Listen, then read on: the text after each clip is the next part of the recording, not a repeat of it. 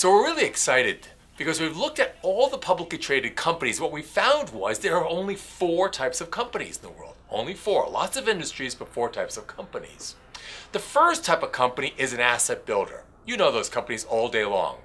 Blockbuster's an example, but so is GM and GE. They really like their physical assets. They like to sell and make things.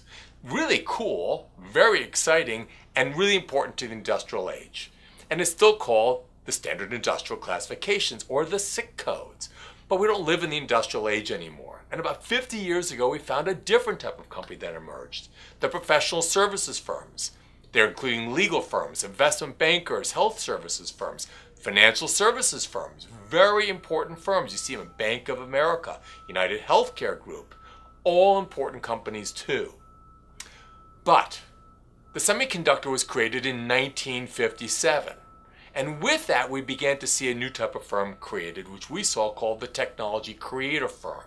They were software firms. They were big data firms. We know their names from Microsoft all the way to Google. They made a huge difference in our lives. And they fundamentally have transformed something that Mark Andreessen says of Netscape. Software is eating the world. And you see that throughout the world. You see it changing the way the Middle East is, and you see it's changing the way we are right here today. Technology driven. But there's a new type of firm that's emerging called network orchestrators. These are the most profoundly technology driven firms.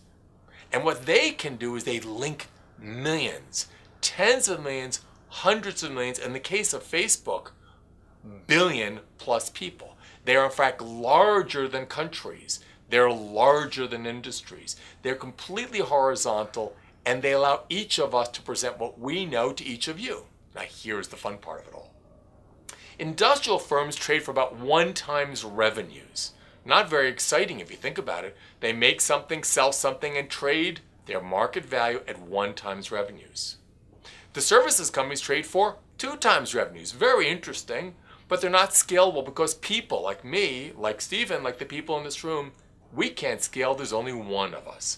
So to scale a business that's a services firm requires us to hire another person, create another office, train another individual. Technology firms, those are great because they start with the intellectual property that's in our brains. It allows us to codify it as software and make it available to millions of people. It's called make it once, sell it many times. They trade at 4 times revenues. And then finally, network orchestrators.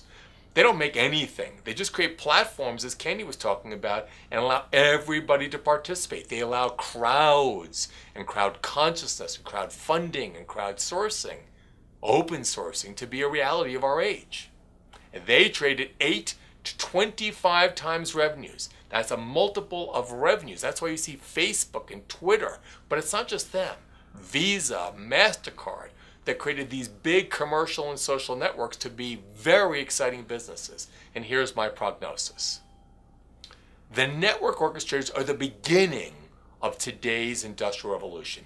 You're going to see many more companies like Twitter and LinkedIn join this network age we live in, all powered by big data, by the internet of everything, fundamentally change all of our lives.